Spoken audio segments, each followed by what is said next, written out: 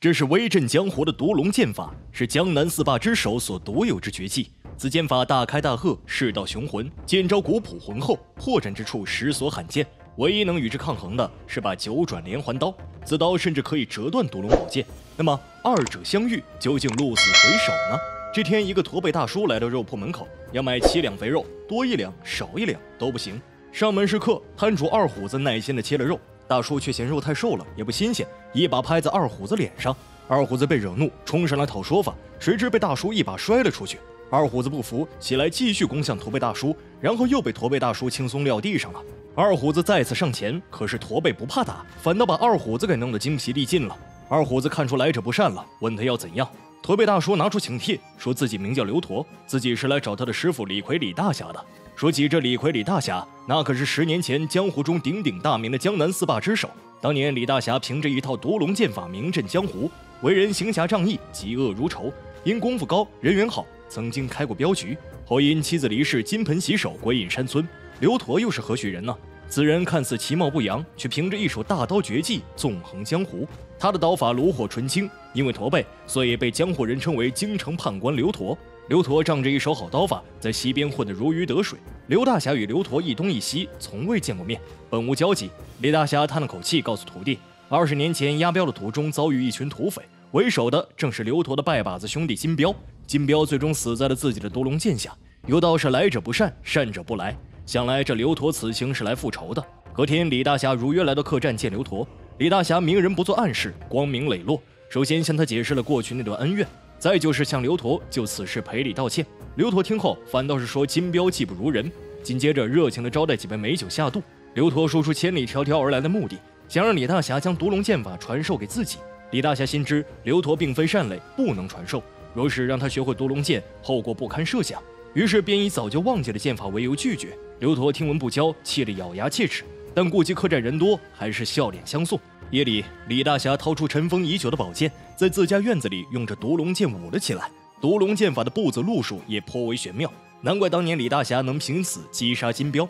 期间发现有人偷看，便请对方下来，来者正是刘驼。只见他先是笑脸相迎，再次提出让李大侠教自己毒龙剑法。被拒后，刘驼翻了脸，直接拔刀相对。刘驼的兵器是一柄满是铁环的钢刀，众所周知，刀在兵器中乃是百刃之胆，在刘驼的手中更是挥动的虎虎生风。可他遇到的是剑王李大侠，李大侠并不想跟他动手，只是闪躲，奈何他步步逼近，咄咄逼人，不肯罢休。最后忍无可忍，被李大侠赏了一脚。被制住的刘驼见状，赶紧跪地求饶了。见此情形，李大侠直接就收起了剑。狡猾的刘驼赶紧输出一波彩虹屁，并且对着李大侠就是一拜。李大侠道冤家宜解不宜结，请他进屋。转身之际，刘驼趁机暗算，击中他后背。李大侠反手一掌将刘驼的右臂打断。已经到了这一步，只能撕破脸了。刘驼放下狠话，10年后今天不见不散。说完，捡起地上的大刀就离开了。不料就在刘驼走后，刚才还若无其事的李大侠突然吐血倒了下来。原来李大侠中了刘驼的独门铁砂掌。江湖人都知道刘驼的刀法炉火纯青，却不知道他的铁砂掌法阴毒。之前李大侠之所以要故作镇定，全是要保护在里屋睡觉的女儿宝珠。而李大侠的伤势此时已经无药可医，其妹陈夫人提出可以收养侄女宝珠，李大侠拒绝要将她宝珠送往大悲寺，投奔也会毒龙剑法的4地疯和尚，因为这个剑法不能外传，要传给宝珠。就这样，宝珠被二虎子送给了大悲寺。听闻此消息，3弟铁扇子连忙前来看望，可惜他从扬州赶来，没赶上最后一面，同时也知道了宝珠已前往大悲寺。听闻表哥十分喜欢他的铁扇子武功，决定把铁扇子绝技传授给小表哥。时光如逝，10年后，江湖代有才人出，其中名声最响的要数女侠小毒龙，她就是李逵李大侠之女宝珠。在四叔疯和尚的倾囊相授之下，她剑法高超，行走江湖间行侠仗义。这天，小毒龙路过一片静谧的树林，被2个拦路打劫的小混混给拦住。2人看小毒龙衣衫褴褛，以为是乞丐，便让他赶紧离开，耽误他们打劫。这俩土匪做得可怜，被饿得头晕眼花。谁知此时宝珠并未离开，而是吃东西。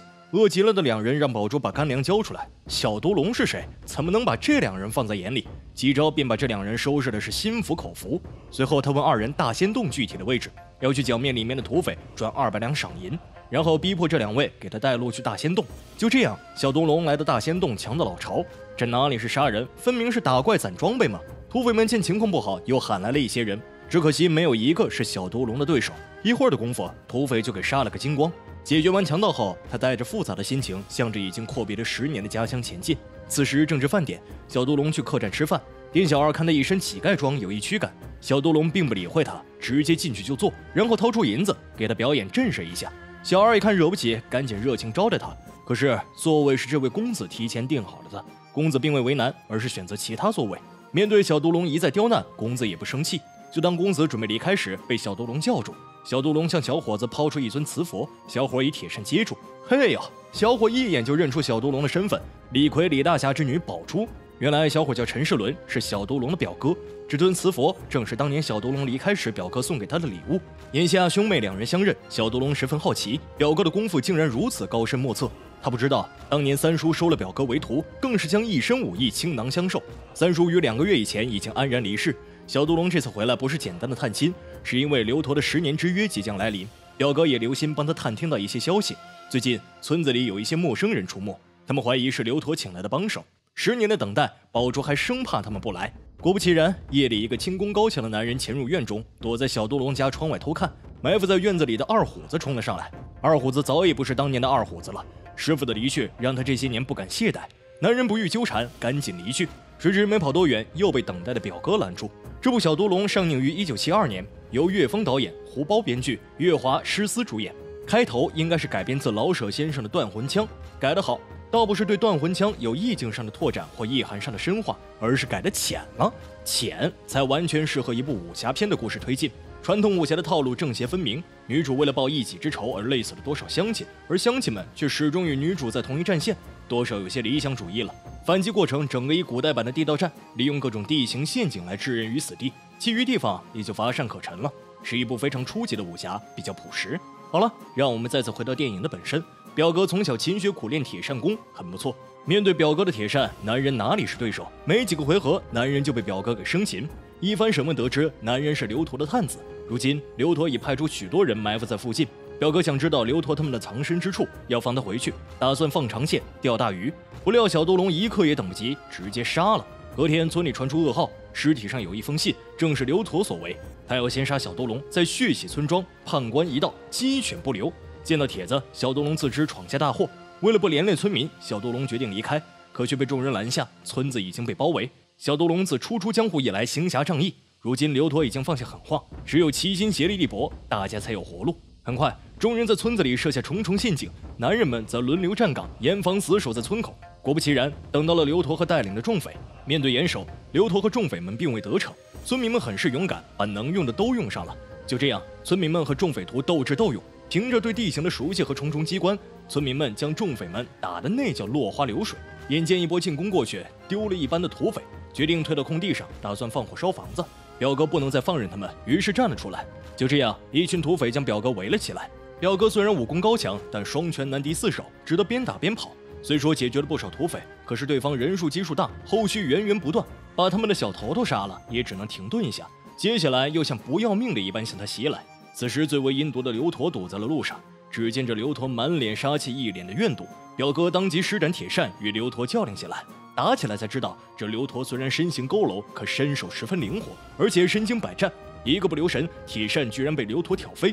表哥大吃一惊，一番躲闪下来，捡起地上的刀，与刘陀展开了恶战。正待捡扇，门内突然冲出一个人助战，原来是小杜龙不放心。紧接着，他将铁扇抛给表哥，就这样，双方展开了世纪大决战。小杜龙剑法不足，毕竟姜还是老的辣。尽管小杜龙使出看家本领独龙剑，却未伤到刘陀分毫。刘陀取笑道：“威震江湖的独龙剑也不过如此。”殊不知，并非这套独龙剑剑法不济，而是小杜龙年纪尚轻，功力尚浅。两人再次缠斗起来，小杜龙落了下风，只得与他边打边逃。还好轻功高强，眼看小杜龙应接不暇，越来越吃力，表哥也被缠斗脱不开身，过来帮忙。危急时刻，一个熟悉的身影出现，原来是小杜龙的师傅风和尚。起初，风和尚并未打算亲自动手，点化过徒弟小杜龙，让他自己了结。